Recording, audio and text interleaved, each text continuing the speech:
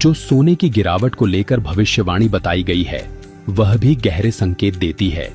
यदि हम वर्तमान स्थिति को ध्यान से देखें तो यह बात स्पष्ट होती है कि यह संकेत भी संत रामपाल जी महाराज के विषय में ही प्रतीत होता है, क्योंकि संत रामपाल जी महाराज के आदेशानुसार उनके करोड़ों अनुयायी स्वर्ण का उपयोग नहीं करते।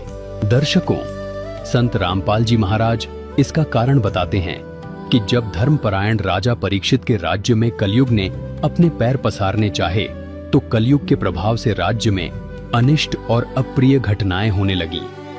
तब राजा परीक्षित ने धर्म की रक्षा हेतु कलयुग का विनाश करने का संकल्प लिया।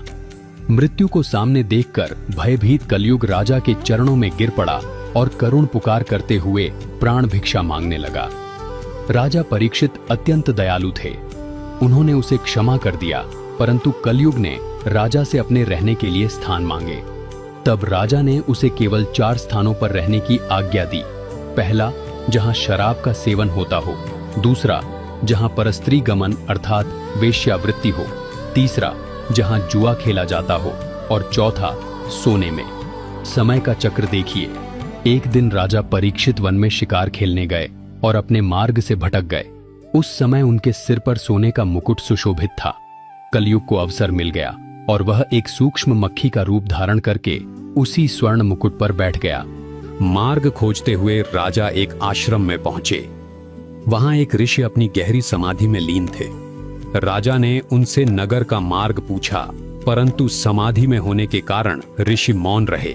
सोने के मुकुट में बैठे कलयुग के नकारात्मक प्रभाव से राजा में दुर्बुद्धि उत्पन्न हो गई।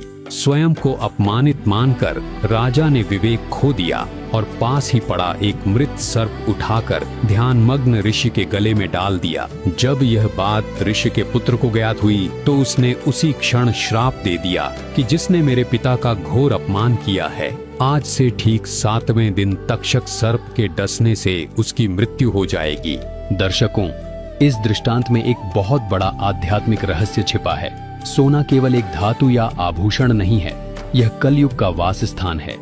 जिसके शरीर पर या घर में सोने का वास होता है, वहां कलयुग अपनी नकारात्मक ऊर्जा, क्लेश और दुर्बुद्धि लेकर अवश्य प्रवेश करता है। यही हमारी मानसिक परेशानियों और पारमार्थिक पतन का कारण बनता है। दर्शकों, संत रामपाल जी महाराज का अपने सर्व शिष्यों को सख्त आदेश है, जो जुआ खेलेगा, जो व्यभिचार स्त्री पुरुष करेगा, जो शराब आदि नशीले पदार्थों का सेवन करेगा और स्वर्ण को घर पर रखेगा या अन्य तरीके से प्रयोग करेगा, उसको मिशन से निकाल दिया जाएगा। और इस आदेश का सख्त